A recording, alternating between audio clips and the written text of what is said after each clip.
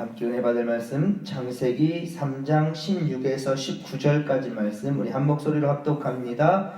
또 여자에게 이르시되 내가 네게 임신하는 고통을 크게 더하리니 내가 수고하고 자식을 낳을 것이며 너는 남편을 원하고 남편은 너를 다스릴 것이니라 하시고 아들에게 이르시되 내가 내 아내의 말을 듣고 내가 내게 먹지 말라 한 나무의 열매를 먹었은즉 땅은 너로 말미암아 저주를 받고 너는 내 평생에 수고하여야 그 소산을 먹으리라.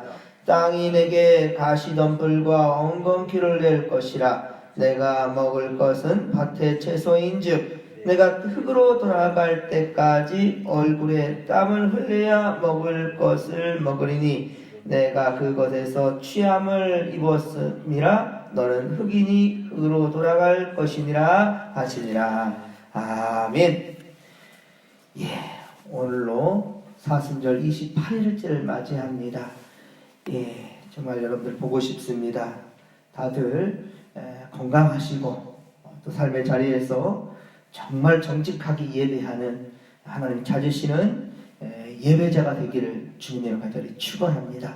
그리고 다시 보게 될 때 정말 서로가 얼굴을 볼 때 정말로 서로에게서 예수님의 형상을, 예수님의 그 마음을, 그 모습을 우리가 발견할 수 있도록 그렇게 신앙의 성장이 될 수 있기를 간절히 빌고 소망합니다.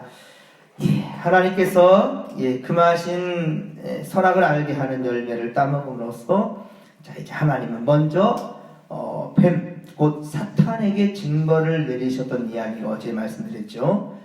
첫째, 모든 가축과 들의 모든 짐승보다 더욱 저주를 받게 됐는데 배로 다니고 또 살아있는 동안에 흙을 먹을 것이라고 하셨죠. 둘째는 여자의 후손과 원수가 되게 하시며 여자의 후손 곧 예수 그리스도로 말미암아 머리를 상하게 할 것이다 라고 그렇게 징벌하셨죠.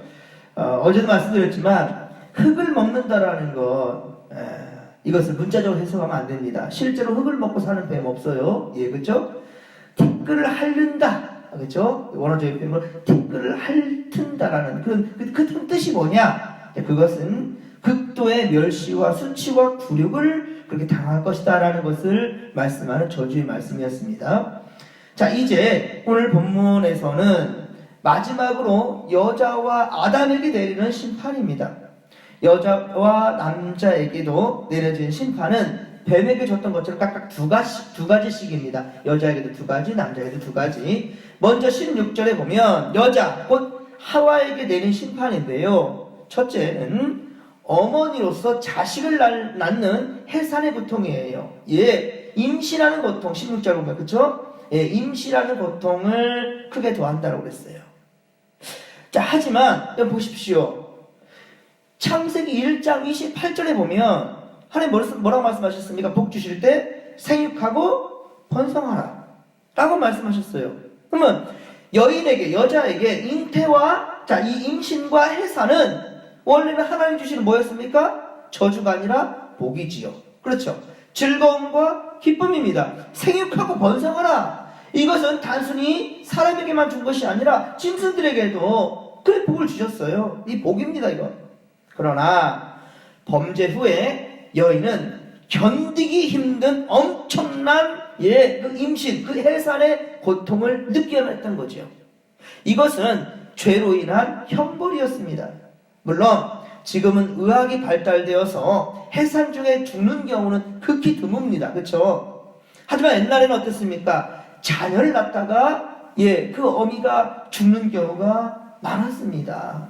그래서 아이를 낳으러 갈 때는 신발을 제대로 다시 신발을 신고 나올까? 그렇죠? 그런 모습이 또 있었잖아요. 여자에게 내려진 그 두 번째는 뭐냐? 자, 임신하는 고통, 해산하는 고통인데 두 번째의 징벌은 여자 아내로서의 고통입니다. 아내로서의, 어머니로서의 고통과 이제 두 번째는 아내로서의 고통이에요. 너는 남편을 사모하면 남편은 너를 다스릴 것이라 라고 말씀합니다. 예, 남편은 너를 다스리고 너는 남편을 원하고 사모하며, 그렇죠? 남편은 너를 다스릴 것이다. 요즘은 세상이 많이 변해서 남녀 평등을 주장하고 있다고도 하지만 여러분 원시 사회로부터 현대 이르기까지 그리고 전 세계적으로 가부장적인 틀을 당연하게 받아들이고 있습니다. 사실은 이 상당히 개방적인 나라인 미국도요, 여자가 결혼하면 여자가 남편의 성을 따르게 됩니다. 지금도 그러죠. 우리나라는 여자가 자식을 낳았어요. 힘들게 내가 내 자식을 낳았거든. 근데 어떻습니까? 엄마의 성이 아니라 아빠의 성을 따라 이름을 짓게 되지요. 그리고 호주와 가장도 대부분에서 남편이 하고 있는 것을 보게 됩니다. 이것은 성경이고요, 하나님 말씀이에요. 제가 지금 말씀을 더하지 않았습니다. 성경의 말씀입니다. 분명히. 남편을 사모하고 그리고 너는 남편의 다스림을 받게 될 것이라는 것. 그러나 여성의 입장에서 보면 기분 나빠할지도 모르겠어요. 하지만 그것을 크게 오해하는 것입니다. 다스림이라는 단어, 다스림이라는 이 단어를 폭거로만 착각하고 있기 때문이에요. 그도 그럴 것은 대부분 어때요? 다스린다라는 말, 이 단어에 생각하면 뭐가 생각납니까? 항상 주종관계들, 그렇죠? 고대 왕정시대, 그렇죠? 절대 복종하는, 이게 남편이 말하면 절대로 복종해야 되는 이러한 것을 생각하니까 불편한 심기가 들 것입니다. 그러나 여러분, 다스림이라는 것은 결코 나쁜 것이 아니에요. 다스림이라는 건 결코 해롭게 하는 것이 아니란 말입니다. 그러면 창세기 1장 28절에서 하나님은 사람에게 어떻게 말합니까? 땅을 정복하라. 바다의 물고기와 하늘의 새와 땅에 움직이는 모든 생물을 다스리라 말씀하셨는데, 그러면 이 다스림이라는 것이 이 자연을 해치고 망치는 겁니까? 망가뜨리는 거예요?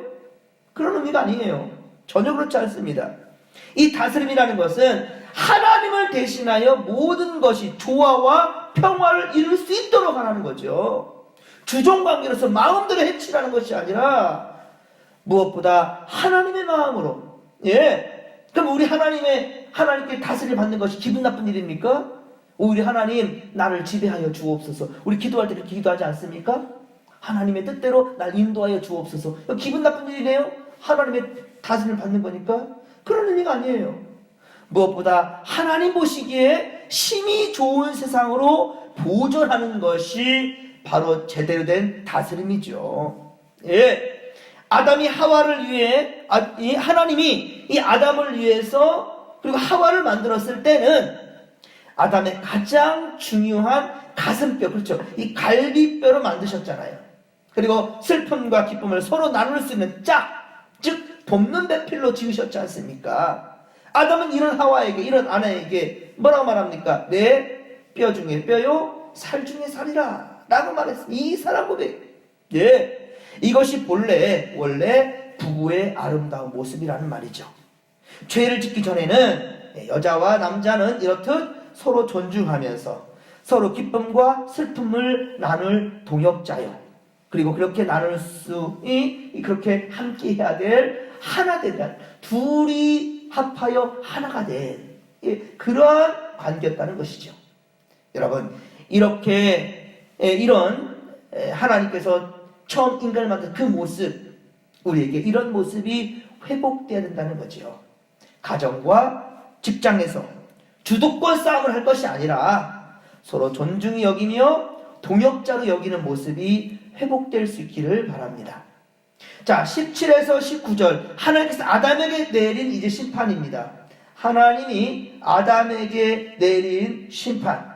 자, 역시 아담에게도 두 가지 징벌을 내리셨습니다. 첫째는 노동의 고통입니다. 17절에 보면 너는 어때요? 17절에 보면 너는 종일토록 너는 그렇게 평생에 수고하여야, 너는 평생에 수고하여야 그 소산을 먹을 것이라. 종실토록 수고해야 라고 말했는데요, 과거의 성경에 보면 그러해야만이 소산을 먹을 수 있다. 평생이나 평생. 인간은 밭의 채소를 먹어야 했습니다. 3장 19절 말씀 보면 밭의 채소를 먹고 살아요. 땅이 아담 때문에 그런데 저주를 받아 가시덤불과 엉겅퀴를, 자 18절 보면, 그렇죠? 아담이 죄를 범했기 때문에 가시덤불과 엉겅퀴를 이 땅에 내겠다는 말입니다. 그래서 땀을 흘리지 아니하면 이 식물을 얻을 수가 없게 되었어요.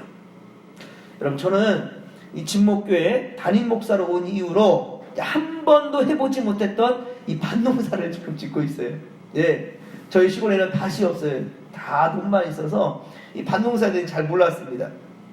비리칠도도 모르고 골탈줄도 모르고, 예, 한 번도 해보지 못한 밭농사를 벌써 6년째 지금 짓고 있는데, 성도님들이 보실 때는 아유 그것도 농사냐고, 예, 아이고 그 손바닥만한 거이라고 말할지 모르겠지만 우리 부부에게는 정말로 큰일입니다.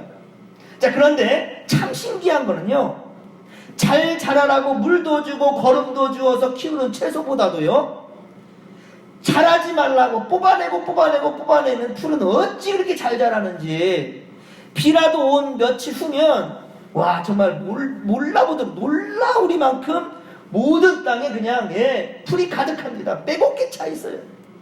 얼마나 얄밉게도 잘 자라는지 몰라요. 예, 자라지 말라라는 그 풀, 잘 자라는 채소는 잘 못 자라는데 오히려, 그러면 그나마 채소를 먹으려면 어떻게 됩니까? 부지런히 땀을 흘려서 풀들을 다 뽑아내야만 됩니다. 풀 다 뽑아내야 돼요. 그래서 오늘 19절의 말씀에 보면 얼굴에 땀을 흘려야 먹을 것을 먹는다라는 말이 정말 농구라면 실감이 나는 겁니다. 요즘은 맞벌이 부부들이 많아져서 꼭 남편만 일하는 것은 아닌 시대가 되었어요. 그렇죠? 그러나 출산을 위해 산후조리를 하고 육아를 하는 동안 아내는 일을 할 수가 없습니다. 그렇죠? 자녀들을 여러 날수록 뭐 셋, 넷, 다섯, 어떤 옛날에는 참으로 또 많은 자녀들 나왔잖아요. 자녀들을 많이 낳을수록 어때요? 임신 기간과 출산으로 아내는 힘쓰는 일들을 많이 할 수가 없어요. 그렇죠? 많은 일을 할 수 없어요. 그러나 남편은 어떻습니까? 남편은 평생토록 일을 할 수 있어요. 그런 신체 구조를 가졌습니다.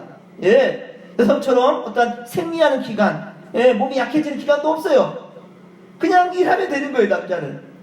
예, 그게 바로 신체 구조입니다. 바로 그것을 오늘 본문에 남편에게 준 노동의 고통이다라고 말하는 겁니다. 예, 일만 할 수 있다면 365일 매일같이 일할 수 있습니다. 하지만 여성은, 예, 이 몸의 신체 구조가 그렇지 못해요. 생리를 할 때, 임신할 때, 출산할 때, 아무리 맞벌이 부부 평등, 남편 평등이라 말하지만 이 생체 리듬과 하나님 만드신 창조 질서가 있어요. 이것까지 우리 믿는 자들이 내동댕이 치지 마십시오. 그거 아니에요, 여러분들. 그렇습니다. 하와의 형벌이 바로 어머니로서, 아내로서 존재의 뿌리 내려진 것이라면 아담의 형벌은 생의 깊은 중심, 생계를 위한 노동과 활동의 염려의 뿌리 내려진 것이라. 예, 활동에 대한 그런 고통에 대한, 예, 그 노동에 대한 뿌려진 것이라 이렇게 우리가 생각해 볼 수 있겠습니다. 그러나 우리는 여기서 노동 자체를 여러분 하나님의 저주로만 이해해서는 안 됩니다. 하나님은요, 뱀과 땅은 저주하셨지만 노동은 저주한 것이 아니에요. 사실 노동은 어떻습니까? 창조의 질서입니다. 노동은 신성한 것입니다. 노동은 괴로움이나 지겨운 것이 아닙니다. 사실은 어떤 겁니까? 기쁨이요, 즐거움이에요. 노동 그 자체는 하나님의 징벌이나 저주일 수 없다는 말이에요. 오히려 일 때문에 당하는 고달픔보다도 한번 생각해 보세요. 실직으로 아픔에 비하면 아무것도 아닐 거예요. 그렇죠? 예. 정말 좋은 직장들 열심과 최선을 다해서 일하는 사람이 있는가 하면 실직된 사람들이 있어요. 여러분 그 사람들의 고통 비교할 수 있겠습니까? 창세기 2장 15절, 앞서 창세기 2장 15절에 보면 하나님은 사람을 어디 두었어요? 에덴 동산에 두어서 다스리며 지키게 했어요. 그곳을. 에덴 동산을 주신 이유는 하나님께서 사람의 삶에 터전을 허락하신 건데 바로 그 에덴 동산에 두어서 다스리며 지키겠다는 말입니다. 여기 다스린다라는 말은 히브리어로 경작한다, 수고를 뜻합니다. 수고. 다스린다라는 건 수고입니다. 그리고 지킨다, 이 지킨다라는 말은 보호한다라는 사명을 의미합니다. 사명. 예, 그렇습니다. 이미 범죄 이전에 하나님은 아담에게 노동의 기쁨을 주셨던 겁니다. 아담은 하나님의 명령에 따라 에덴을 경작하고 관리했다는 말이에요. 노동은 창조 질서에 속하며 인간의 평화로운 삶을 위해 없어서는 안 되는 거예요.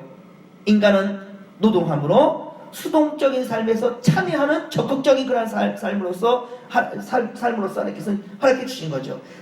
자신의 삶을 새롭게 창조하고 보존하게끔 주님께서 그렇게 허락하셨다는 겁니다. 그러나 죄로 인해 이러한 모습을 상실하게 된 거예요.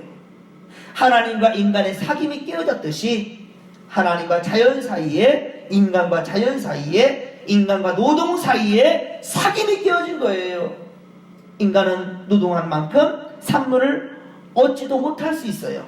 때로는 자연재해 앞에 맥없이 주저앉기도 합니다. 그렇죠? 그리고 얼굴에 땀을 많이 흘리며 더 수고하여야 먹거리를 얻을 수 있게 된다는 말입니다. 그렇습니다. 인간의 죄로 인해 땅이 엉겅퀴와 가시덤불을 내었기 때문이에요. 또한 어떻습니까? 이 시대 때는 모든 것이 아담과 하와에게 복종하였습니다. 들짐승들 함부로 아담에게 해를 할 수 있는 상황이 아닙니다. 모든 것에 절대 복종하는데 하나님께 복종하듯이 아담과 하와에게 복종되는. 하지만 지금 어떻습니까? 여러분들 종종 듣게 되잖아요. 매스컴을 통해서 보면 저희도 처가가 문경인지라 어머니께서 열심히 곡식들을 심어놨는데 멧돼지들이 와가지고 다 해쳐버려요. 예? 얼마나 열심히 땀 흘려 수고했는데 그 아침에 갔더니 그냥 하루 종일 다 그냥 곡식들이 엉망진창이 돼버려요. 예? 정말 숲으로 돌아갈 일이 얼마나 많습니까? 그러한 고통.